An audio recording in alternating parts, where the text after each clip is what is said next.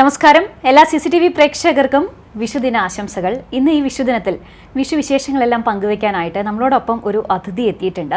CCTVയെ സംബന്ധിച്ചിടത്തോളം ഒരു അതിഥിയല്ല, CCTV കുടുംബാംഗം തന്നെയായിരുന്നു. ഇപ്പോൾ ഒരു സെലിബ്രിറ്റി ആയിട്ട് മാറിയിരിക്കുകയാണ്. സോഷ്യൽ മീഡിയയിലൂടെ വൈറലായി ആരാധകർ സ്നേഹത്തോടെ ജൂനിയർ AR റഹ്മാൻ എന്ന് വിളിക്കുന്ന സംഗീത സംവിധായകനും ഗായകനുമായിട്ടുള്ള നിഖിൽ പ്രഭയാണ് ഇന്ന് ഈ വിഷുദിനത്തിൽ വിശേഷങ്ങളുമായിട്ട് നമ്മളോടൊപ്പം ചേരുന്നത്. നിഖിൽ, ഹാപ്പി വിഷു. ഹാപ്പി വിഷു. എന്താണ് വിഷു വിശേഷങ്ങൾ? എന്താണ് ഇപ്പൊ എനിക്കറിയാം തിരക്കുള്ള സമയമാണ് അല്ലേ, ഓട്ടാണ്. എപ്പോഴും ഫേസ്ബുക്കിൽ കാണാം എയർപോർട്ടിൽ നിൽക്കുന്നത്, അങ്ങോട്ട് പോവാണ് ഇങ്ങോട്ട് പോവാണ് എന്ന് പറഞ്ഞിട്ട്. അപ്പോൾ എന്താണ് ഇപ്പോഴത്തെ തിരക്ക്, എങ്ങനെയാണ്? ഇപ്പോൾ ഈ വർഷം തമിഴിലും തെലുങ്കിലും കന്നഡയിലും പാട്ടുകൾ പാടി മലയാളത്തിലും പ്രസിദ്ധനായ ഒരു സംഗീത സംവിധായകൻ്റെ ഗാനം ആലപിച്ചു. അങ്ങനെ നിറയെ വലിയ ബിഗ് ബഡ്ജറ്റഡ് സിനിമകളുടെ ഭാഗമായിട്ട് കുറേ പാട്ടുകൾ പാടാനുള്ള ഭാഗ്യമുണ്ടായി. നിഖിലിനോട് ഇപ്പോൾ CCTVയിൽ ഒരു ഇന്റർവ്യൂവിനായിട്ട് ഇരിക്കുകയാണ് അല്ലേ? CCTV കുടുംബത്തിൽ നിന്നാണോ നിഖിലിന്റെ ഒരു തുടക്കം ഉണ്ടായിരുന്നത് അല്ലേ? തീർച്ചയായിട്ടും. അപ്പോൾ ഇപ്പോൾ ഇവിടെ ഒരു സെലിബ്രിറ്റി ആയിട്ട് വന്നിരിക്കുകയാണ്. അപ്പോൾ എന്താണ് ഇപ്പോൾ തോന്നുന്നത്? തീർച്ചയായിട്ടും നമുക്ക് ഓരോ വേദികളും നമ്മൾ പണ്ട് സ്വപ്നം കണ്ടിരുന്ന അല്ലെങ്കിൽ ആഗ്രഹിച്ചിരുന്ന വേദികളിലൂടെയും സ്ഥലങ്ങളിലൂടെയൊക്കെ നമ്മൾ സഞ്ചരിക്കുന്ന ഒരു സമയമാണ്. നമ്മൾ പഠിച്ച സ്കൂളുകൾ, കോളേജ്, അതുപോലെ ജോലി ചെയ്ത സ്ഥലങ്ങൾ, നമ്മൾ വിരുന്ന് പോയ ഇടങ്ങൾ, പണ്ട് നമ്മൾ വിരുന്ന് പോയ സ്ഥലങ്ങളിൽ ഇപ്പോൾ വിരുന്നിന് പോകുമ്പോൾ തീർച്ചയായിട്ടും അവർ നമ്മളെ ട്രീറ്റ് ചെയ്യുന്ന രീതികൾ, നമ്മൾക്ക് കിട്ടുന്ന സ്ഥാനങ്ങൾ, നമുക്ക് കിട്ടുന്ന ബഹുമാനങ്ങൾ, ഇതെല്ലാം വ്യത്യസ്തമാണ്. അത് ആസ്വദിക്കുന്നുണ്ട്. അപ്പോൾ AR റഹ്മാന്റെ വല്ലാത്തൊരു ആരാധകനായിരുന്നു നിഖിൽ, ഇപ്പോഴുമാണ്. അപ്പോൾ ആ ആരാധന കൊണ്ടെത്തിച്ചത് നിഖിലിനെ ഒരു വലിയ ലോകത്തേക്കാണെന്ന് എനിക്ക് തോന്നുന്നു അല്ലേ? അപ്പോൾ എങ്ങനെയായിരുന്നു ആ ഒരു യാത്ര? എങ്ങനെയായിരുന്നു അത്? വലിയൊരു യാത്രയാണ് അത്. എന്താ പറയുക, സംഗീതം ഞാനൊരു നല്ല ഗായകനേ ആയിരുന്നില്ല.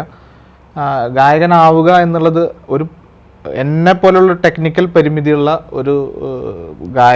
ഒരു കലാകാരൻ ഗായകനാകാൻ ഭയങ്കര ബുദ്ധിമുട്ടാണെന്ന് തിരിച്ചറിയുന്ന ഒരാളാണ്. കാരണം ഞാൻ ഒരുപാട് ഗായകരെ പാട്ട് പഠിപ്പിക്കുന്ന ഒരാളാണ്. അപ്പോൾ എനിക്കറിയാൻ പറ്റും എൻ്റെ പരിമിതികൾ എന്താണ്. ഞാൻ ഒരു നല്ല ഗായകനല്ല എന്ന് എനിക്കറിയാം.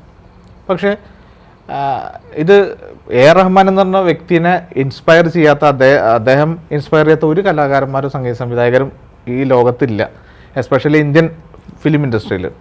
അപ്പോൾ ആ സമയത്ത് ഞാൻ വളരെ ചെറുപ്പത്തിൽ സംഗീത സംവിധാന രംഗത്ത് വന്നു. CCTVയുമായിട്ടുള്ള ബന്ധം എന്ന് പറയുന്നത്, ഞാൻ എൻ്റെ പഠിപ്പെല്ലാം കഴിഞ്ഞ സമയത്ത് ഞാൻ ഒരു ഓഡിയോ എഞ്ചിനീയറായിട്ടാണ് ഞാൻ ഇവിടെ ജോയിൻ ചെയ്യുന്നത്. എൻ്റെ ആദ്യ സിനിമകൾ സംഭവിക്കുന്ന സമയത്ത് തന്നെയാണ് ഇവിടെ ജോയിൻ ചെയ്യുന്നത്. അപ്പോൾ AR റഹ്മാൻ എന്ന് പറയുന്ന ഒരു വ്യക്തിയിലേക്ക് അദ്ദേഹത്തിനെ കാണണം എന്ന് പണ്ട് ആഗ്രഹങ്ങളുണ്ടായിരുന്നു. പക്ഷെ ഒരു ഗായകൻ എന്നുള്ള നിലയിൽ ഒരിക്കലും അങ്ങോട്ട് എത്തും ഞാൻ വിചാരിച്ചിട്ടില്ല.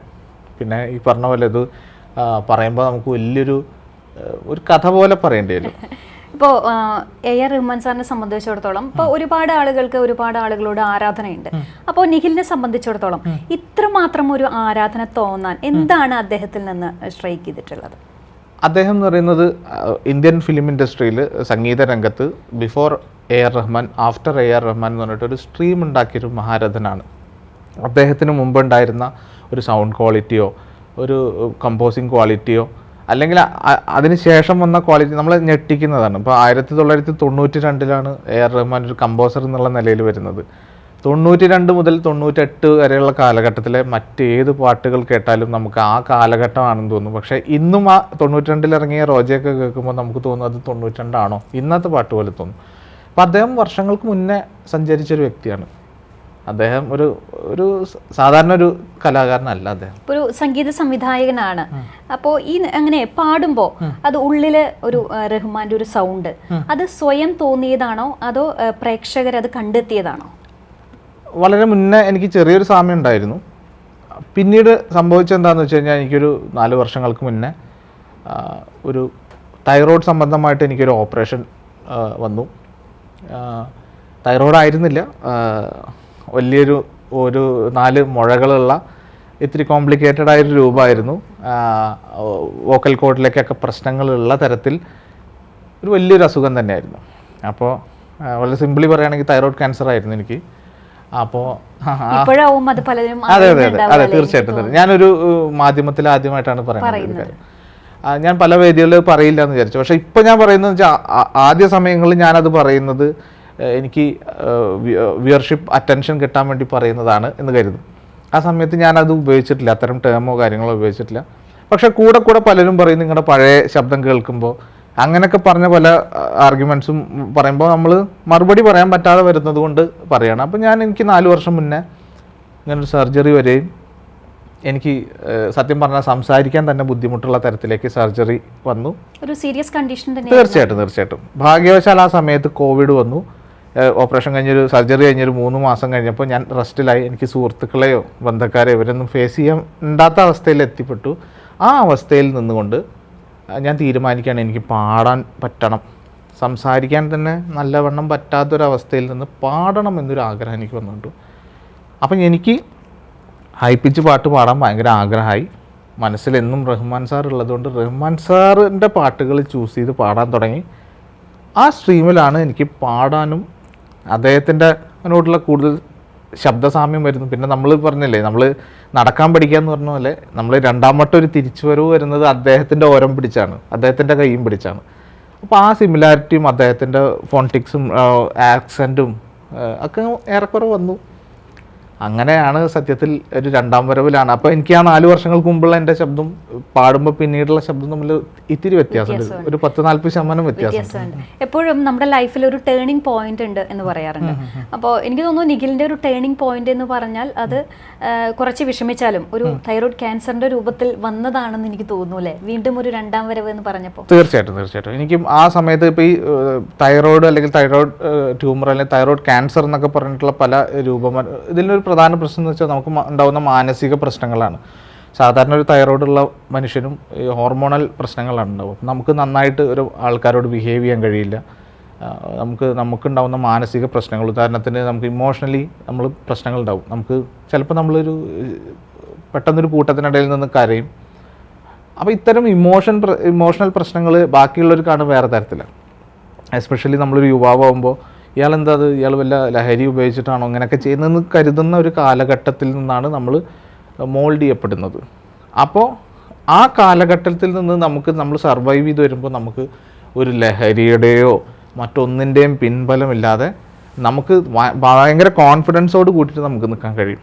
ഞാൻ റഹ്മാൻ സാറിൻ്റെ അടുത്തെത്തുന്നതിന് മുന്നേ ഞാൻ ഫേസ്ബുക്കിൽ എഴുതിയിട്ടുള്ളൊരു വേർഡ് ഉണ്ട്. അതായത് എനിക്ക് ഒരുപാട് ഹേറ്റേഴ്സ് വന്ന സമയത്ത് ഒരു ഗർഭകാലത്തിന് ഉള്ളിൽ എ റഹ്മാൻ എന്ന അതുല്യ പ്രതിഭയുടെ അരികിൽ നിന്ന് ഞാൻ പാടും എന്നൊരു വാചകം എഴുതിയിട്ടുണ്ട്. തീർച്ചയായിട്ടും തോന്നിയിട്ടുണ്ട്. അവിടുന്ന് ഒരു 10 മാസവും 3 ദിവസം കഴിഞ്ഞിട്ട് ഏപ്രിൽ 1-ാം തീയതി അദ്ദേഹത്തിന്റെ അരികിലും മുന്നിലൊക്കെ നിന്ന് പാടാൻ ഒരു വലിയൊരു ഭാഗ്യം. എനിക്ക് തോന്നുന്നു ഏറ്റവും വലിയൊരു ഭാഗ്യമാണ് നിഖിലിന് കിട്ടിയത് അല്ലേ. അപ്പോൾ നമ്മൾ വളരെ ചെറുപ്പം തൊട്ടേ ആരാധിക്കുന്ന ഒരു വ്യക്തിയാണ്. അദ്ദേഹത്തിന്റെ ആ ഒരു നിമിഷത്തില് അദ്ദേഹത്തിന്റെ മുമ്പിൽ നിന്ന് പാട്ട് പാടാനുള്ള ഒരു അവസരം കിട്ടിയപ്പോൾ അപ്പോഴത്തെ ഒരു എക്സൈറ്റ്മെന്റ് എങ്ങനെയായിരുന്നു? എന്നെ സംബന്ധിച്ച് എനിക്ക് പാട്ട് ഒന്ന് കാണാതെ പാടാൻ കഴിയാത്ത ഒരാളാണ്. കാരണം ഞാനൊരു പാട്ടുകാരനല്ല, ഞാനൊരു പെർഫോമർ അല്ല, ഞാനൊരു സ്റ്റേജ് ആർട്ടിസ്റ്റ് അല്ല. അപ്പോൾ എൻ്റെ മനസ്സിൽ ഇത്രേ ഉണ്ടായിരുന്നുള്ളൂ. എനിക്ക് കാണാതെ നിന്ന് അദ്ദേഹത്തിൻ്റെ മുന്നിൽ നിന്ന് എന്തെങ്കിലും ഒന്ന് പാടുക എന്നുള്ളതേ ഉള്ളൂ. ഞാൻ ഫുൾ ബ്ലാങ്ക് ആയി പോയാലും ഞാൻ എനിക്ക് പറ്റുന്ന രീതിയിൽ എന്തെങ്കിലും ഒന്ന് പാടി കേൾപ്പിക്കും, എത്രയേ ഉള്ളൂ. എനിക്കൊരു ശതമാനം പോലും ഭയം ഉണ്ടായിരുന്നില്ല. കാരണം എന്താണെന്ന് വെച്ചാൽ ഞാൻ എൻ്റെ മനസ്സിൽ ഞാൻ എന്നും രാത്രിയിലെങ്കിലും ഞാൻ അദ്ദേഹത്തിനോട് മണിക്കൂറുകളോളം കോൺവെർസേഷനിൽ ഇടപെടാറില്ല മെൻ്റലി. അത്രയും ഒരു സുഹൃത്ബന്ധം ഉള്ളില് ഉണ്ട്. തീർച്ചയായിട്ടും. അപ്പൊ ഒരു അപരിചിതത്വം അന്ന് ഫീൽ ചെയ്തിട്ടുണ്ടാവില്ല? ഇല്ല. അന്ന് ഏതായിരുന്നു അവിടെ പാടിയത്? ഞാൻ അവിടെ 2-3-4 പാട്ടുകൾ പാടി. പക്ഷേ ഹിറ്റായത്, വേൾഡ് വൈഡ് ഹിറ്റായത് മുസ്തഫ ആയിരുന്നു. എനിക്ക് ഏറ്റവും വലിയ സന്തോഷം ഉണ്ടായത് അദ്ദേഹത്തിൻ്റെ അനുഗ്രഹം മേടിച്ച സമയത്ത് ഞാൻ അദ്ദേഹത്തിന് പോയി. അവർ പറഞ്ഞില്ല അദ്ദേഹത്തിന് അനുഗ്രഹം മേടിക്കാനൊന്നും പറ്റില്ല, ഞാൻ മേടിക്കും. അവിടെ സ്റ്റേജ് എത്തിക്കഴിഞ്ഞാൽ നമ്മുടെ സ്റ്റേജാണല്ലോ. ഞാൻ പോയി അനുഗ്രഹം മേടിച്ചാൽ thank you sir, thank you for your tweet എന്ന് പറഞ്ഞു. അദ്ദേഹം എന്നെക്കുറിച്ച് ട്വീറ്റ് ചെയ്തിട്ടുണ്ടായിരുന്നു. അപ്പോൾ അദ്ദേഹം പറഞ്ഞു Nikhil, I have already watched your 2-3 videos, nice എന്ന് പറഞ്ഞു. അപ്പോൾ അദ്ദേഹം എൻ്റെ പേര് അറിയുന്നു, എൻ്റെ വീഡിയോകൾ കണ്ടു. അദ്ദേഹം അവാർഡ് കൊടുത്ത നമ്മുടെ ഒരു തെലുങ്ക് പടത്തിന് അവാർഡ് കൊടുത്തിട്ട് അദ്ദേഹത്തിനോട് ചോദിച്ചു പുഷ്പ 2 എന്നുള്ള ഫിലിം കണ്ടിട്ടുണ്ടോ എന്ന് വെച്ചു. അപ്പോൾ എ റഹ്മാൻ പറഞ്ഞു ഇല്ല എന്ന് പറഞ്ഞു. ആ മനുഷ്യൻ എൻ്റെ 2-3 വീഡിയോസ് കണ്ടിട്ടുണ്ടെന്ന് പറഞ്ഞപ്പോൾ അതിൽ വലിയൊരു അവാർഡില്ല. അപ്പൊ അതാണ് ഏറ്റവും വലിയ നിമിഷം അല്ലേ? തീർച്ചയായിട്ടും. ഇപ്പോ സാർ എ റഹ്മാൻ സാറിന്റെ ഏറ്റവും ആദ്യം മനസ്സിലേക്ക് കയറി വന്നിട്ടുള്ള ഗാനം ഏതായിരുന്നു നിഖിലിന്? എ റഹ്മാൻ സാറിന്റെ ഒട്ടുമിക്ക എല്ലാ പാട്ടുകളും കേൾക്കാൻ ഇഷ്ടപ്പെടുകയും അതിന് പഠിക്കാൻ ഒക്കെ ശ്രമിച്ചിട്ടുള്ളൊരു വ്യക്തിയാണ്. അതുകൊണ്ട് അദ്ദേഹത്തിന്റെ എല്ലാ പാട്ടും ഇഷ്ടമാണ്. നമ്മുടെ പ്രേക്ഷകർക്ക് വേണ്ടിയിട്ടൊരു 2 വരി അദ്ദേഹത്തിന്റെ ഞാൻ ഏതെങ്കിലും പാട്ട് പാടല്ല. മുസ്തഫയുടെ 4 വരി പാടാം.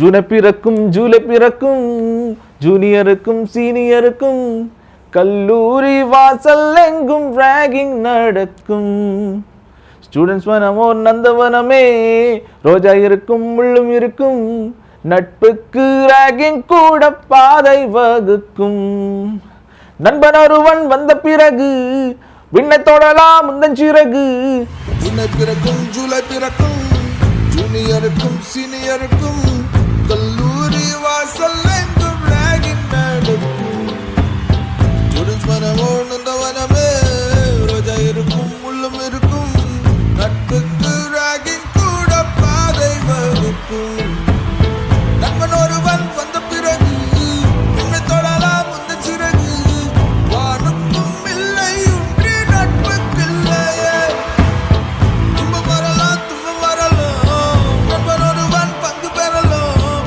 கல்லூரி நட்புக்கில்லை முற்று பிள்ளையே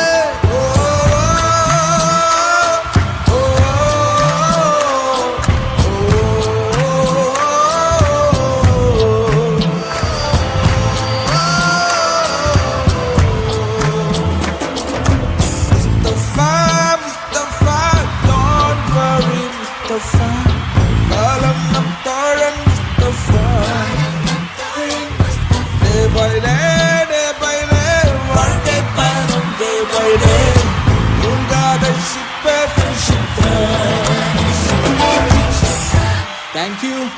ഓക്കെ, അപ്പോൾ ഈ ഒരു ജൂനിയർ റഹ്മാൻ എന്നുള്ള ആ ഒരു ലേബലിലേക്ക് വന്നപ്പോഴാണ് എനിക്ക് തോന്നുന്നു കൂടുതൽ അവസരങ്ങൾ നിഖിലിനെ തേടി വന്നിരിക്കുന്നത്. എനിക്ക് തോന്നുന്നു എപ്പോഴും ഒരു സ്റ്റേജ് അപ്പിയറൻസ് ഭയക്കുന്ന അല്ലെങ്കിൽ അതിനൊരു ചെറിയൊരു കോൺഫിഡൻസ് കുറവുള്ള ആളായിരുന്നു നിഖിൽ. പക്ഷെ ഇന്ന് ഒരുപാട് സ്റ്റേജ് ഷോകൾ നിഖിലിനെ തേടിയെത്തുകയാണ്. അപ്പൊ എന്താണ് അതിനെ കുറിച്ച് പറയാനുള്ളത്? ഇന്നും സ്റ്റേജ് എനിക്ക് ഒരുപാട് പേടിയാണ്. കാരണം ഉദാഹരണത്തിന് പറയാം, ഞാൻ ഏറ്റവും കൂടുതൽ എനിക്ക് പ്രശ്നമുള്ളതെന്ന് വെച്ചാൽ എനിക്ക് ബൈഹാർട്ടായിട്ടൊരു വരിയും പാടാൻ കഴിയില്ല.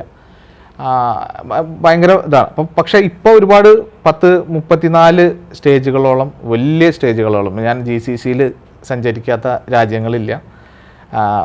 ഇനിയിപ്പോൾ യൂറോപ്യൻ രാജ്യങ്ങളിലേക്ക് ഇനി ഓണ പ്രോഗ്രാമുമായിട്ട് എത്താൻ പോകുന്നു. അപ്പോൾ ഇത്രയും വേദികൾ വരുമ്പോൾ നമുക്ക്, എന്നാലും ഞാനൊരു ധൈര്യത്തിന് ഇപ്പോൾ വരികൾ മുന്നിൽ വെച്ചിട്ടാണ് പാടാറ്. അത്തരം ചില പ്രശ്നങ്ങളുണ്ട്. പക്ഷേ ഇപ്പോൾ ഇത്രയും സഞ്ചരിച്ച് ഇപ്പോൾ ആ ഫിയർ മാറി വരുന്നു. ആൾക്കാരെ ഫേസ് ചെയ്യാൻ കഴിയും. കാരണം ക്യാമറയ്ക്ക് പുറകിൽ നിന്നും പശ്ചാത്തല സംഗീതം ചെയ്തും പുറകിലാണല്ലോ നിൽക്കുന്നത്. മുമ്പിലേക്ക് വരുമ്പോൾ ഉണ്ടാകുന്ന സ്വാഭാവികമായിട്ടും പേടി മാറി വരുന്നു. ഒരു സംഗീത സംവിധായകൻ കൂടി ആയതുകൊണ്ട് തന്നെ ഇപ്പോൾ ഒരുപാട് സിനിമകളിലൊക്കെ പാടാനുള്ള അവസരം വന്നുകൊണ്ടിരിക്കുന്നു, പാടുന്നു. അതെങ്ങനെയായിരുന്നു അപ്പോഴത്തെ ഒരു?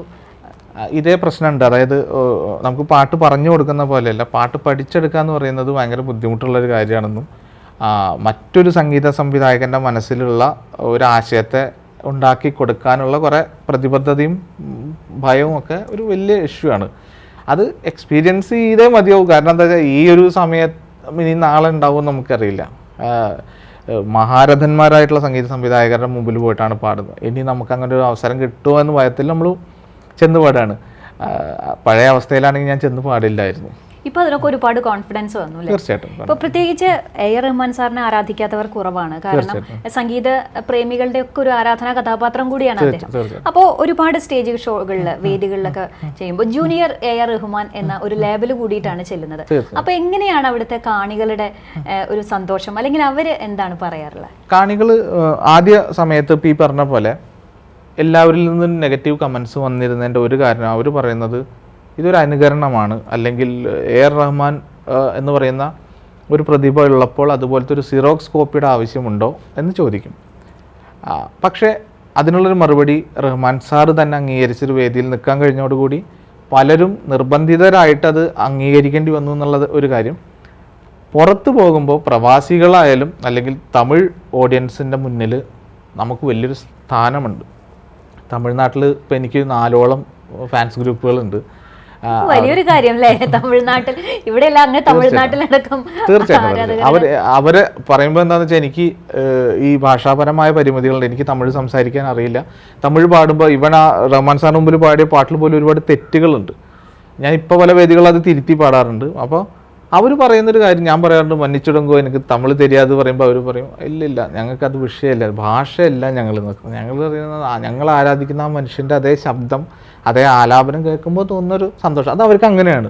രജനി സാറിനെ പോലെയുള്ളവരെ കാണുമ്പോൾ അവരുടെ നടന്മാരെ പോലെയോ ഗായകരെ പോലെയോ അവരെ പോലെ തന്നെ കണക്ക് കൂട്ടുന്നത്. ഇപ്പം ഞാൻ ചെന്നൈയിൽ ആ വേദിയിൽ നിൽക്കുമ്പോൾ മധുരയിൽ നിന്നും അതുപോലെ മഹാബലിപുരത്തു നിന്നൊക്കെ 2 ട്രാവലർ നിറച്ചും ആളുകൾ എന്നെ കാണാൻ വേണ്ടിയിട്ട് എൻ്റെ ഫേസ്ബുക്ക് ഫ്രണ്ട്സായിട്ടുള്ള ഈ പറയുന്ന ഫാൻസ് ഗ്രൂപ്പ് എന്ന് വിളിക്കുന്ന, നമുക്ക് അങ്ങനെ വിളിക്കാമോ എന്നുള്ള ധൈര്യം ഇല്ല എങ്കിലും പറയുന്ന ആ ഫാൻസ് ഗ്രൂപ്പ് എന്ന് പറയുന്ന 37,000 പേരുള്ള ഫാൻസ് ഗ്രൂപ്പുകളാണ്.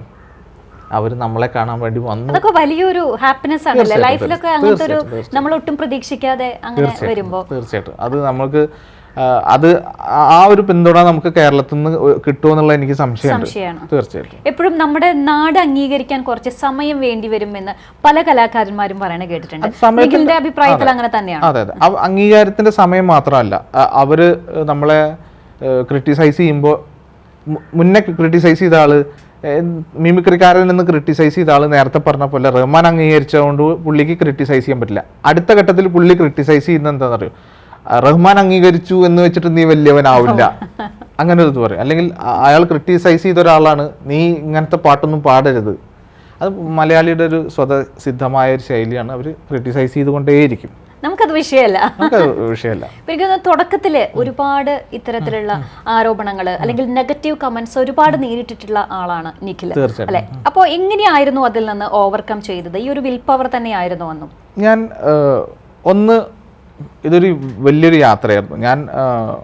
എനിക്ക് എൻ്റെ ഏറ്റവും വലിയ, എനിക്കെന്ന് മാത്രമല്ല പല കലാകാരന്മാരുടെ എസ്പെഷ്യലി മലയാളികൾക്കുള്ള ഒരു പോരായ്മ എന്ന് പറയുന്നത് അവർക്ക് ഗോഡ് ഫാദർ ഇല്ല എന്നുള്ളതാണ്. എനിക്കും സിനിമയുമായി ബന്ധപ്പെട്ട വലിയ ആളുകളില്ല, അല്ലെങ്കിൽ ഗോഡ് ഫാദേഴ്സ് ഇല്ല. എനിക്ക് ഒരു തരത്തിലുള്ള രാഷ്ട്രീയപരമായോ അല്ലെങ്കിൽ അത്തരത്തിലുള്ള സാമ്പത്തികപരമായോ ഭദ്രതയ്ക്ക് മുന്നിട്ട് നിൽക്കുന്ന ഈ ഗോഡ് ഫാദർ എന്ന് പറയുന്ന അവസ്ഥ ഇല്ല. അങ്ങനെ നിൽക്കുന്ന സമയത്താണ് ഞാൻ ബുദ്ധ എന്ന് പറയുന്ന സങ്കല്പത്തെക്കുറിച്ചും ബുദ്ധ എങ്ങനെയാണ് ഒരു ഗുരു ആവുന്നത് എന്നുള്ള സങ്കല്പത്തെക്കുറിച്ചൊക്കെ പഠിക്കാൻ ശ്രമിക്കുന്നത്. അങ്ങനെയാണ് ഞാനിങ്ങനെ ഒരു പ്രൊഫസറുമായിട്ട് സംസാരിച്ച സമയത്ത് അദ്ദേഹം പറഞ്ഞു, നിങ്ങൾക്ക് നിങ്ങളുടെ സബ് കോൺഷ്യസ് മൈൻഡിനെ ബുദ്ധ എന്നൊരു കോൺസെപ്റ്റിലേക്ക് കൊണ്ടുവരാൻ കഴിയുന്നത്. അപ്പം ഞാൻ അന്നും ഇന്നും ഞാനൊരു എത്തിയിസ്റ്റായിട്ടുള്ള, ഞാനൊരു ഭൗതികവാദിയായിട്ടുള്ള, ഞാനൊരു നിരീശ്വരവാദിയായിട്ടുള്ള മനുഷ്യൻ അന്നും ഇന്നും. അപ്പോൾ അദ്ദേഹം പറഞ്ഞ പോലെ ബുദ്ധ തോട്ട്സിലോട്ട് നമ്മൾ വരുമ്പോൾ നമ്മളെങ്ങനെ നമുക്കകത്തിരിക്കുന്ന ആളെ കണ്ടെത്താം. നമ്മുടെ എനർജി മൊത്തം കിടക്കുന്ന നമ്മുടെ അകത്താണ്. അപ്പോൾ അങ്ങനെ നമ്മളെന്തും നമുക്കകത്തുള്ള ഒരു മനുഷ്യനിൽ അർപ്പിച്ച് നമ്മൾ ഈ പറഞ്ഞ പോലെ പണ്ടെല്ലാം ആരും കാണാതെ നമ്മൾ പറയാം നീ സൂപ്പറാടാ എന്ന് പറയും. പിന്നീട് ഞാനത് ഉപയോഗിക്കാൻ നമോ ബുദ്ധായ എന്ന് പറയും. നമോ ബുദ്ധായ എന്ന് പറയുന്നത് നീ സൂപ്പറാടാ നിഖിലേ എന്നാണ് അതിൻ്റെ അർത്ഥം ശരിക്കും. അതായത് പക്ഷെ നമുക്ക് ഞാൻ AR റഹ്മാൻ്റെ കൂടെ നിന്ന് പാടി നിഖിൽ സൂപ്പറാടാന്ന് എനിക്ക് എഴുതാൻ പറ്റില്ല. മറിച്ച് ഞാൻ മഹാരഥൻ്റെ കൂടെ നിന്നു പാടി നമോ ബുദ്ധായ എന്ന് പറഞ്ഞു കഴിഞ്ഞാൽ നമ്മൾ എന്താ പറയുക, മാഷാ അല്ലാ എന്നൊക്കെ പറയുന്ന പോലെ അല്ലെങ്കിൽ ദൈവത്തിന് സ്തുതി എന്നൊക്കെ പറയുന്നത് പോലെ കരുതുള്ളൂ. സത്യത്തിൽ നമ്മൾ നമ്മളെ തന്നെയാണ് സ്തുതിക്കുന്നത്. അതൊക്കെ തന്നെയാണ് നമ്മളെ ഇങ്ങോട്ടൊക്കെ എത്തിക്കുന്നത്. അപ്പോൾ ആ സമയത്ത് വന്ന ആരോപണങ്ങളൊക്കെ ഈ ഒരു വിൽ പവർ കൊണ്ട് തന്നെയാണ്? അല്ല, ആദ്യ സമയത്ത് ഒരുപാട് ദുഃഖങ്ങൾ നമുക്ക് ഉണ്ടായിട്ടുണ്ട്. ഈ പറഞ്ഞ പോലെ നമുക്ക് രാഷ്ട്രീയപരമായിട്ടുള്ള അഭിപ്രായങ്ങൾ തുറന്നു പറയാൻ കഴിയില്ല, നമ്മളെ അറ്റാക്ക് ചെയ്യും. അതിലേറെ സങ്കടം ഈ പറഞ്ഞ പോലെ നമ്മളൊരു പാട്ടിടുമ്പോൾ ആ പാട്ട് തമിഴ്നാട്, കർണാടക അല്ലെങ്കിൽ നോർത്ത് ഇന്ത്യയിലൊക്കെ അത് മില്യൺ വ്യൂവേഴ്സ് ഇങ്ങനെ വരുന്നു.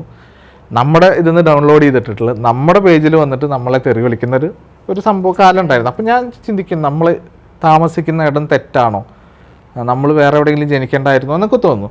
പിന്നീട് നമുക്ക് മനസ്സിലായി, നമ്മൾ എവിടെ ജനിച്ചാലും എവിടെ വളർന്നാലും നമുക്ക് പാടാണ്ടെങ്കിൽ പാടുക, ചെയ്യാനുള്ളത് ചെയ്യുക, പറയാനുള്ളത് പറയാം. നമുക്കൊരു സ്പേസും ഒരു കാലവും ഉണ്ട്. അത് മരിക്കുന്നത് വരെ നമുക്ക് ഡിസൈൻ ചെയ്യാൻ പറ്റുന്നൊരു കാലമാണ്. അതിലോട്ട് പോകാം. ഇപ്പോൾ ഒരുപാട് ഫാൻസ് അസോസിയേഷൻ ഗ്രൂപ്പൊക്കെ ഉണ്ടെന്ന് പറഞ്ഞു. അപ്പോൾ ഒരുപാട് വേദികളിൽ പാടാനായിട്ട് പോകുമ്പോൾ അവിടെ കാണികൾ പറയാറുണ്ടോ ഇന്നൊരു പാട്ട് പാടണം, അങ്ങനെ അവരുടെ ആഗ്രഹങ്ങൾ അവിടെ പറയാറുണ്ടോ? പൊതുവേ ഞാൻ വലിയ ഷോസിലാണ് പോയി പാടാറ്. അവർക്കൊരു കൃത്യമായൊരു ചാർട്ട് ഉണ്ടായിരിക്കും. എന്ന് വെച്ച് കഴിഞ്ഞാൽ അവർ തുടങ്ങിക്കഴിഞ്ഞാൽ അവസാനിക്കുന്നതിനിടയിലും മറ്റ് കോൺവെർസേഷൻസോ കാര്യങ്ങളോ കുറവായിരിക്കും. പിന്നെ ഈ പ്രേക്ഷകരും നമ്മളും തമ്മിൽ കാണാനുള്ള അകലം കൂടുതലായിരിക്കും. എങ്കിലും വളരെ റെയറായിട്ട് അവരുടെ അവർ പറയുന്ന റിക്വസ്റ്റുകളെല്ലാം നമ്മുടെ ലിസ്റ്റിലുള്ള പാട്ടായതുകൊണ്ട് അത് പാടാറുണ്ട്. പൊതുവെ ഏറ്റവും കൂടുതൽ സ്റ്റേജുകളിൽ പാടിയിട്ടുള്ള ഒരു സോങ് ഏതാ? ഞാൻ ഏറ്റവും കൂടുതൽ തമിഴ്നാട്ടിൽ പാടിയിട്ടുള്ളത് സിംഗപ്പെണ്ണെ എന്ന് പറഞ്ഞിട്ടുള്ളൊരു പാട്ടാണ്. നമുക്ക് രണ്ടുപേരും പാടാം. നോക്കാം. സിംഗപ്പെണ്ണെ സിംഗപ്പെണ്ണെ ஆணினமே உன்னை வணங்குமே நன்றிக்கடன் தீர்ப்பதற்கே கருவிலே உன்னை ஏந்துமே ஒரு முறை தலைக்குனி உன் வெற்றி சிங்கம் முகம் அவன் பார்ப்பதற்கும் மட்டுமே ஏறு ஏறு ஏறு நெஞ்சில் வலிமை கொண்டு ஏறு உன்னை பெண் என்று கேலி செய்த கூட்டம் ஒரு நாள் உன்னை வணங்கிடும் உயர்ந்து நில்லு சிங்கப்பெண்ணே சிங்கப்பெண்ணே ஆணினமே உன்னை வணங்குமே.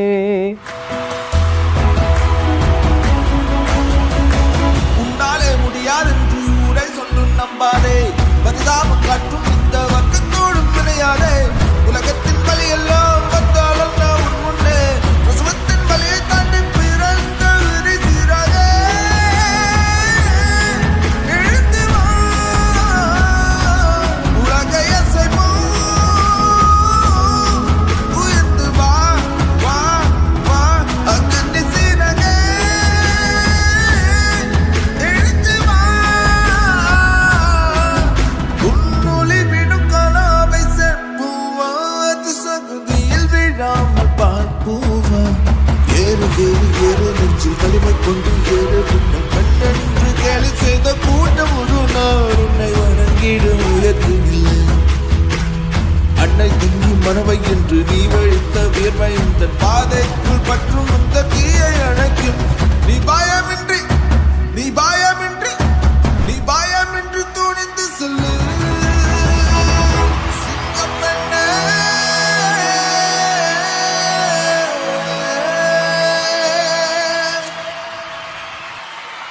തമിഴ്നാട്ടിൽ ഏറ്റവും കൂടുതൽ പാടിയിട്ടുള്ളത് ഈ ഒരു പാട്ടാണ്. തീർച്ചയായിട്ടും. കുറച്ചും കൂടി ആതിഥ്യ മര്യാദ കൂടുതൽ തമിഴ്നാട്ടിലുണ്ടെന്ന് കേട്ടിട്ടുണ്ട് ഞാൻ. തീർച്ചയായിട്ടും അങ്ങനെയാണല്ലേ?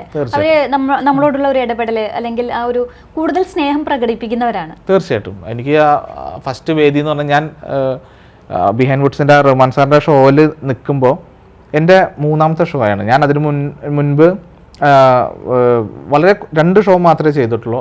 അതും വലിയ ഷോസ് തന്നെ ആയിരുന്നു. നക്ഷത്ര അവാർഡ്സ് എന്ന് പറയും, ഇവിടുത്തെ വനിതാ അവാർഡ്സ് പോലെയുള്ളൊരു അവാർഡാണ്. എൻ്റെ വലിയ രണ്ടാമത്തെ ഷോ ആയിരുന്നു റഹ്മാൻ സാറിൻ്റെ. അപ്പോൾ ഇവർ ഫുൾ പ്ലാനിങ് ആണ്. നമ്മളോട് പറയും ഈ വേദിയിലൂടെ ഈ സ്റ്റേജിൻ്റെ ബാക്ക് സൈഡിലൂടെ കയറി ഇങ്ങനെ വരണം എന്ന് പറയും.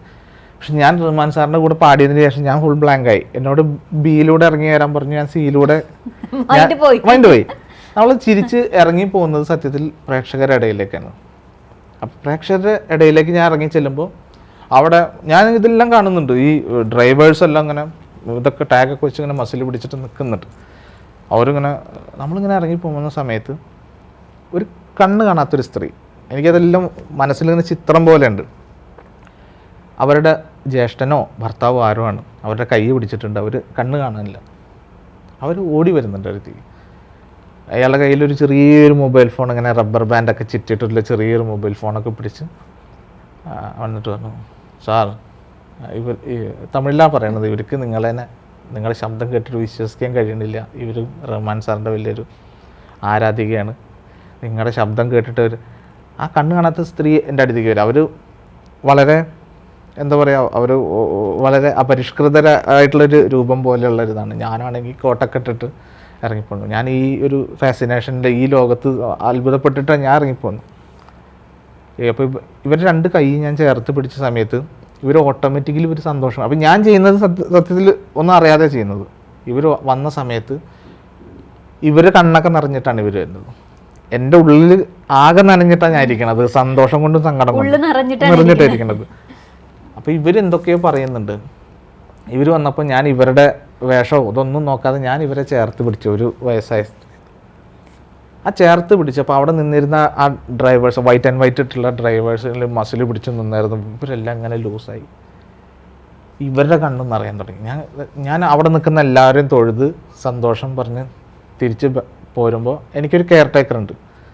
ആ ഡ്രൈവേഴ്സ് എല്ലാവരും 10-12 പേര് ഒരുമിച്ച് വന്നിട്ട് പറഞ്ഞു, ഞങ്ങളുടെ കൂടെ ഒന്ന് വരുമെന്ന് വെച്ചു. ആ കെയർ ടേക്കറോട് പറഞ്ഞു ഞങ്ങൾ സാറിനെ കൊണ്ടുവിടാമെന്ന്. അവരുടെ കൂടെ ഞാൻ എല്ലാവരും ഫോട്ടോ എടുത്തതിന് ശേഷം പലരും പറഞ്ഞു ഞങ്ങളുടെ കൂടെ ഭക്ഷണം കഴിക്കാൻ പറഞ്ഞു. ഞാൻ പറഞ്ഞു അയ്യോ സന്തോഷമേ ഉള്ളൂ, പക്ഷേ എനിക്ക് അത് ഇവിടെ കൊണ്ടുവിടാമെന്ന്. ഇതിൽ ഈ 10 പേരുടെയും വീട്ടിലേക്ക് പോയി. അതിൽ ഒരാളുടെ വീട് എന്ന് പറഞ്ഞു കഴിഞ്ഞാൽ വളരെ ചെറിയൊരു വീടാണ്. അവരുണ്ടാക്കിയിട്ടുള്ള ഈ ഞാൻ ആ സമയത്ത് ഡയറ്റ് നോക്കും, ഈ മറ്റേ അരി ആഹാരം കഴിക്കില്ല, പക്ഷെ അവർ ചോറ് തന്നപ്പോൾ ചോറ് കഴിക്കുകയൊക്കെ ചെയ്തേ. അപ്പോൾ അങ്ങനെ എൻ്റെ ജീവിതത്തിൽ ആദ്യത്തെ വലിയൊരു ഷോയും അന്ന് ഉണ്ടായ അവരുടെ ഇടപഴകലും എനിക്ക് മറക്കാൻ കഴിയില്ല. അതെ, അത് തമിഴ്നാട്ടിൽ മാത്രം കിട്ടുന്നതായിരിക്കില്ല. പിന്നെ ആ അനുഭവം ഉണ്ടാവുന്നത് പ്രവാസികൾക്കിടയിലാണ്. നമ്മൾ പോയി കഴിഞ്ഞാൽ മലയാളികളാണ് എന്ന് നമുക്ക് തോന്നില്ല. കാരണം വിദേശ രാജ്യങ്ങളിലേക്ക് പോയി ഞാൻ ഗൾഫ് രാജ്യങ്ങളെല്ലാം സഞ്ചരിക്കാനുള്ള ഭാഗ്യം ഉണ്ടായി. ഇനിയിപ്പോൾ യൂറോപ്യൻ രാജ്യങ്ങളിലേക്ക് ഇനി പോകാനുണ്ട്. ഓണത്തിന് ഓസ്ട്രേലിയൻ ട്രിപ്പുണ്ട്. തിരക്കാണ്. അപ്പൊ എന്തെങ്കിലും ഒരു പ്രതീക്ഷിച്ചിരുന്നോ? കാരണം നിഖില് ഒരുപാട് കഷ്ടപ്പെട്ട് അല്ലെങ്കിൽ ഈ ഒരു ഫീൽഡിൽ എത്ര ദുരനുഭവങ്ങൾ ഉണ്ടായാലും ഈ ഒരു ഫീൽഡിൽ നിന്ന് വേറൊന്ന് മറുത്ത് ചിന്തിക്കാതെ പിടിച്ചു നിന്നിട്ടുള്ള ഒരാളാണ്. അപ്പോൾ എന്തെങ്കിലും പ്രതീക്ഷിച്ചിരുന്നോ ഇതുപോലെ എനിക്കും നല്ലൊരു അവസരങ്ങൾ കിട്ടും? തീർച്ചയായിട്ടും. അത് കാരണം എന്താ പറയുക, ഞാൻ ടൂൾ ആൻഡ് ഡൈ എഞ്ചിനീയറിംഗ് കഴിഞ്ഞിട്ട് എനിക്കൊരു വലിയൊരു തൊഴിലവസരം, വലിയൊരു ഫിനാൻഷ്യൽ സപ്പോർട്ടുള്ളൊരു ജോലിയാണ് ടൂൾ ആൻഡ് ഡൈ എഞ്ചിനീയറിംഗ്. കേരളത്തിൽ ആകെ 80 സീറ്റുള്ളൊരു സ്ഥലത്ത് നിന്ന് ഞാനിനി ഇവൻ പാസ് ഔട്ട് ആയില്ല എന്ന് വിചാരിച്ചാലും അവർക്ക് ജോലി കിട്ടുന്നൊരു കാലഘട്ടത്തിൽ അത് പാസ് ഔട്ടായി വന്ന ഒരാളാണ്. അപ്പോൾ അത്രയും വലിയൊരു അവസരങ്ങൾ ഒക്കെ മാറ്റി വെച്ച് ഈ കലയിൽ വരുമ്പോൾ എൻ്റെ മനസ്സിലുണ്ട് നമ്മൾ ഒരു കലയിൽ ഒരു പക്ഷെ ഞാൻ ഒരിക്കലും ഒരു ഗായകനാവുമെന്ന് ഞാൻ വിചാരിച്ചിട്ടില്ല. ഇന്നും എനിക്കതൊരു അത്ഭുതമാണ്. ഞാനൊരു ഗായകനായിട്ടാണല്ലോ അറിയപ്പെടുന്നുള്ള ദുഃഖമുണ്ട് എനിക്കതിൽ. ഇപ്പോൾ സംഗീത സംവിധായകനുമാണ്, അറ്റ് ദ സെയിം ടൈം ഗായകനാണ്. അപ്പോൾ ഇതിൽ ഏറ്റവും കൂടുതൽ ബുദ്ധിമുട്ടുള്ളത് എന്തായിട്ടാണ് തോന്നിയിട്ടുള്ളത്? രണ്ടിൻ്റെ ബുദ്ധിമുട്ടുണ്ട്. അതായത് എനിക്കിപ്പോൾ തോന്നുന്നത് എനിക്ക് പാടലാണ് ബുദ്ധിമുട്ട് തോന്നുന്നത്. കാരണം എന്താണെന്ന് വെച്ച് കഴിഞ്ഞാൽ ഒരു പാട്ട് പഠിച്ചെടുക്കുക, അത് വരി കാണാതെ പാടുക, അത് പാടി ചെറിയ വിഭാഗം ആൾക്കാരെ അവരുടെ കയ്യടി നേടുക, അതൊരു ഇത്തിരി ബുദ്ധിമുട്ടായി തോന്നിയിട്ടുണ്ട്. പിന്നെ നമുക്ക് മുന്നിൽ കുറച്ച് സമയമുള്ളൂ, ആ സമയം കൊണ്ട് അത് പെർഫോം ചെയ്യാനുള്ളത്. സംഗീത സംവിധാനം എന്ന് പറയുന്നത് അതിൻ്റേതായ ബുദ്ധിമുട്ടുണ്ടെങ്കിൽ പോലും നമുക്ക് ഇഷ്ടംപോലെ സമയമെടുക്കാം, ആലോചിക്കാം, മാറ്റി മിക്സ് ചെയ്യാം, മാറ്റി ഓർക്കസ്ട്രേഷൻ ചെയ്യാം, എല്ലാം മാർഗങ്ങളുണ്ട്. ഇപ്പോൾ സംഗീത സംവിധായകത്തിൽ ശ്രദ്ധ കുറഞ്ഞിട്ടുണ്ടോ? ഇല്ല, ഞാൻ പക്ഷേ ഇപ്പോൾ സെലക്റ്റീവാണ്, നല്ല നല്ല പ്രൊജക്റ്റുകളെ സ്വീകരിക്കുന്നുള്ളൂ. കാരണം എന്താ വെച്ചാൽ ഇപ്പം നമ്മളെ മാർക്കറ്റ് ചെയ്യാൻ പറ്റിയൊരു സമയമാണ്. നമ്മുടെ പേരോ നമ്മുടെ ഫോട്ടോയോ അല്ലെങ്കിൽ നമ്മുടെ ഒക്കെ സാങ്കേതികമായി നമ്മൾ ഉപയോഗപ്പെടുത്തുമ്പോൾ തീർച്ചയായിട്ടും അവർക്കും സാമ്പത്തികമായ ലാഭമുണ്ട്. അപ്പോൾ നമുക്ക് ആ ചട്ടക്കൂടിലുള്ള നല്ല പ്രൊജക്റ്റുകൾക്കാണ് നമുക്ക് തല വെച്ച് കൊടുക്കാൻ പറ്റുള്ളൂ. ഇപ്പോൾ എപ്പോഴും നമ്മുടെ ഒരു സുഹൃത്തോ അല്ലെങ്കിൽ റിലേറ്റീവ്സോ ഒക്കെ നമുക്ക് സപ്പോർട്ടായിട്ട് നിൽക്കാറുണ്ട്. അപ്പോൾ അങ്ങനെ നിഖിലിൻ്റെ ലൈഫിൽ ഇപ്പോൾ ഈ ഒരു ലൈഫ് അല്ലെങ്കിൽ ഇപ്പോൾ ഇവിടെ എത്തി നിൽക്കുന്നു, അതുവരെ മറക്കാൻ പറ്റാത്ത ഒരു സപ്പോർട്ട് ചെയ്തിട്ടുള്ള ഒരാളുടെ പേര് പറഞ്ഞാൽ പെട്ടെന്ന് ആരെയാണ് ഓർമ്മ വരിക? എന്നെ വളരെ കുറച്ച് ആൾക്കാർ സപ്പോർട്ട് ചെയ്തിട്ടുള്ളൂ. അത് ബന്ധു എന്നുള്ള രീതിയിലോ സുഹൃത്ത് എന്നുള്ള രീതിയിൽ സാധാരണ ഒരു സപ്പോർട്ട് എന്ന് പറയത്തക്ക രീതിയിലുള്ളതൊന്നും ആരിൽ നിന്നും കിട്ടിയിട്ടൊന്നുമില്ല. പിന്നെ നമ്മുടെ സ്വന്തം വീട്ടുകാരാകുമ്പോൾ അവരുടെ പ്രതിസന്ധികളെക്കുറിച്ചുള്ള കാര്യങ്ങൾ, ഉദാഹരണത്തിന് ഞാൻ ഈ ഷോ എല്ലാം ചെയ്യുന്നതിനൊക്കെ എത്രയോ മുന്നേ റഹ്മാൻ സാറിൻ്റെ പാട്ടുകൾ വെറുതെ പാടി നടന്ന സമയത്ത് ഞാൻ ഇങ്ങനെ എല്ലാവർക്കും വാട്സപ്പിൽ അയച്ചു കൊടുക്കും ലിങ്കുകൾ, ഞാൻ പാടിയെന്ന് പറഞ്ഞിട്ട്. അപ്പോൾ എല്ലാവരും പറയും എടാ നീ എന്തിനാ ഇങ്ങനെ വെറുപ്പിക്കുന്നതെന്നൊക്കെ പറയും. ആ സമയത്താണ് ഞാൻ പോയിട്ട് എൻ്റെ പണ്ട് 18 വയസ്സിലെടുത്ത പാസ്പോർട്ട് ഉണ്ട്, അപ്പോൾ അതൊക്കെ എക്സ്പയർ ആയി. അപ്പം പുതിയ പാസ്പോർട്ട് എടുക്കാൻ വേണ്ടി പോകുമ്പോൾ എൻ്റെ വീട്ടിൽ നിന്ന് ചോദിച്ചു എന്താ പാസ്പോർട്ടൊക്കെ എടുക്കുന്നത്, അവസാനം ഗൾഫിൽ പോകാൻ തീരുമാനിച്ചത്?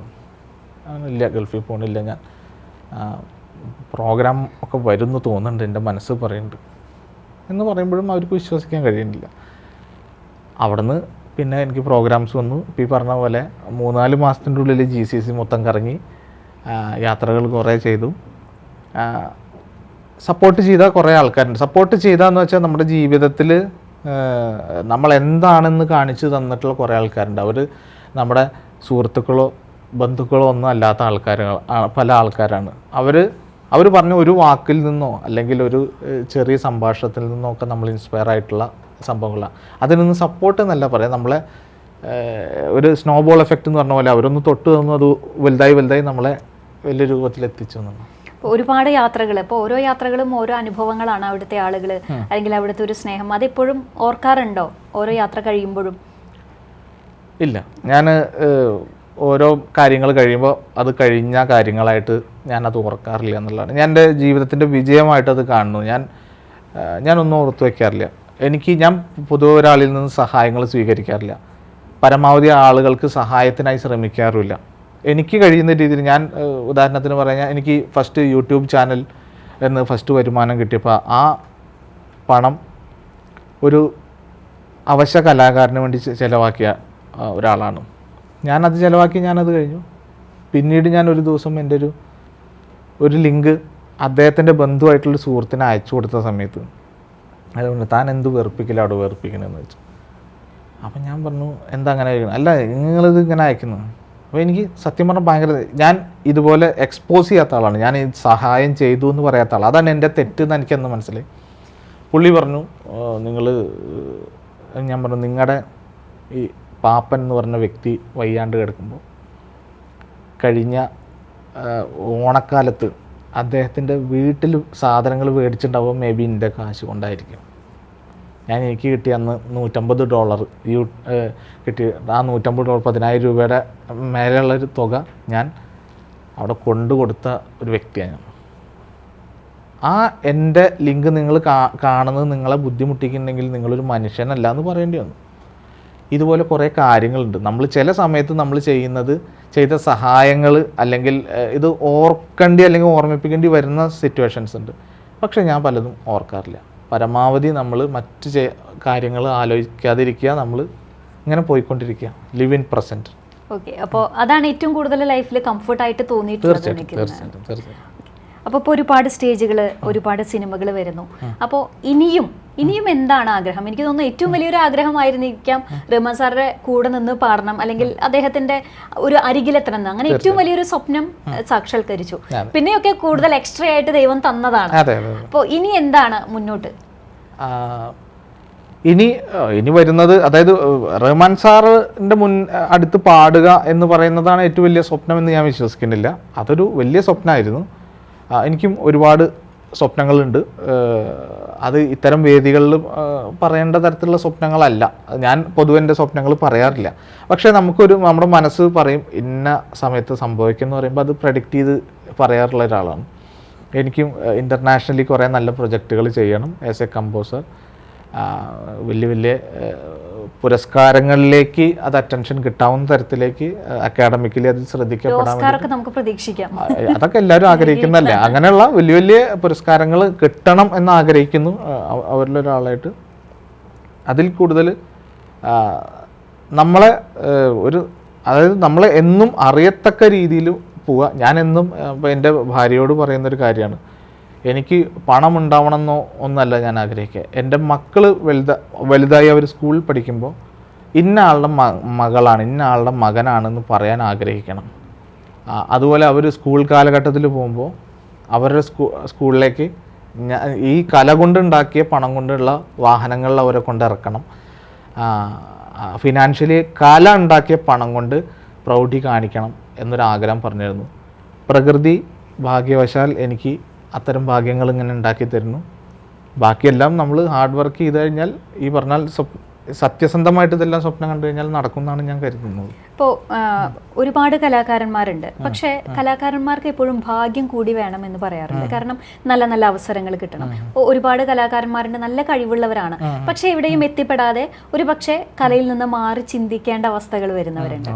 അപ്പോൾ അത്തരത്തിലുള്ള കലാകാരന്മാരോട് എന്താണ് നിഖിലിന് ഒരു സ്വന്തം അനുഭവം വെച്ച് പറയാനുള്ളത്? കലാകാരൻ എന്ന് പറയുന്നത് അപ് ടു ഡേറ്റ് ആയിട്ട് ചിന്തിക്കേണ്ട ഒരാളാണ്. മാർക്കറ്റിംഗ് എന്ന് പറയുന്ന ഒരു പ്രധാന ഘടകമാണ്. അതായത് ഒരു കലാകാരനെ എങ്ങനെ സ്പേസ് ചെയ്യപ്പെടുന്നു എന്നുള്ളൊരു ഇമ്പോർട്ടൻറ്റ് ഫാക്ടറാണ്.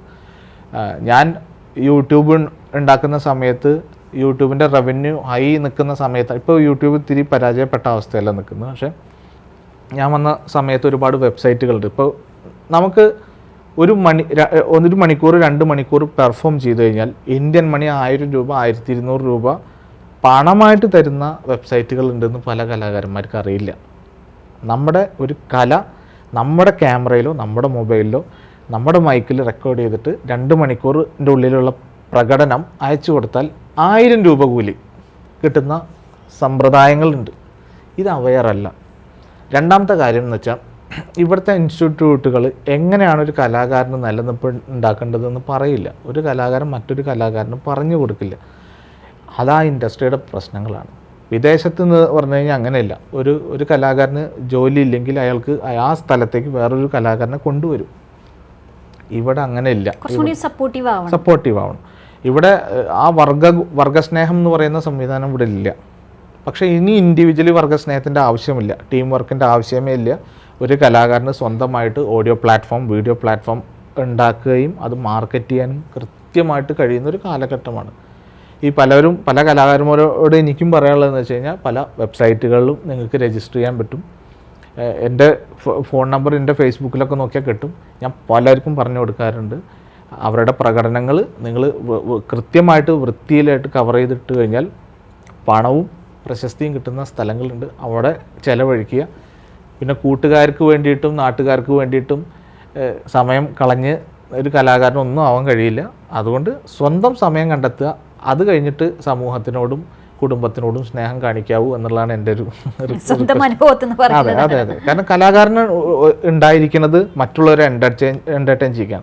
നമ്മുടെ വീട്ടിലെ വേണ്ടപ്പെട്ട ഒരാൾ മരിച്ചു കിടക്കുമ്പോഴും അടുത്ത നിമിഷം നമുക്കൊരു പ്രോഗ്രാം ഉണ്ടെങ്കിൽ ആ പ്രോഗ്രാം അറ്റൻഡ് ചെയ്തേ പറ്റൂ, അത് ഭംഗിയായി ചെയ്തേ പറ്റൂ. കാരണം ഒരു കലാകാരനെ സൃഷ്ടിച്ചേക്കുന്നത് ബാക്കിയുള്ളവരെ എൻ്റർടൈൻ ചെയ്യിക്കാൻ മാത്രമാണ്. യൂട്യൂബ് തുടങ്ങി അതിൽ ഏറ്റവും കൂടുതൽ വൈറലായിട്ടുള്ള ഒരു ഗാനമുണ്ട്. അതെ, അതൊന്ന് നമ്മുടെ പ്രേക്ഷകർക്കായിട്ട്. 3-4 പാട്ട് വൈറലാണ്. ദിൽസേരയാണ് ഭയങ്കര ഹിറ്റായിട്ടുള്ളൊരു പാട്ട്. അപ്പോൾ ദിൽസേരയുടെ 2 വരി പാട്. സൂരജ് നിക്കലാ താ കുച്ച് പാരാ വികലാ താ एक आंधी आई थी जब दिल से आह निकली थी दिल से रे एक सूरज निकला था कुछ पारा पिघला था एक आंधी आई थी जब दिल से आह निकली थी दिल से रे.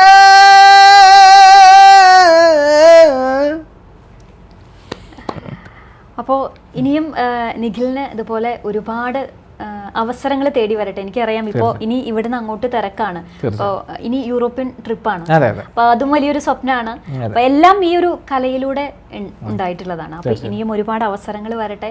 അതിന് ഈശ്വരൻ അനുഗ്രഹിക്കട്ടെ എന്ന് ആശംസിക്കുന്നു. ഇത്രയും നേരം നമ്മളുടെ പ്രേക്ഷകരുമൊത്തിട്ട് ഒരുപാട് വിശേഷങ്ങൾ, എനിക്ക് തോന്നുന്നു നിഖിലിനെ കുറിച്ച് കൂടുതൽ അറിയാനും ഒക്കെ ഈ ഒരു വിഷുദിനം പ്രേക്ഷകർക്ക് അതിന് സാധിച്ചിട്ടുണ്ടാവുമെന്ന് ഞാൻ വിചാരിക്കുന്നു. അതോടൊപ്പം തന്നെ നമ്മുടെ പ്രേക്ഷകരോട് എന്താണ് പറയാനുള്ളത്? എല്ലാവർക്കും സമ്പൽ സമൃദ്ധമായിട്ടുള്ള ഒരു വിഷു ഉണ്ടാവട്ടെ. ഈ വിഷു മുതൽ അങ്ങോട്ട് എല്ലാ കാര്യങ്ങളും വളരെ സന്തോഷകരമാവട്ടെ. എല്ലാവർക്കും ഹാപ്പി വിഷു.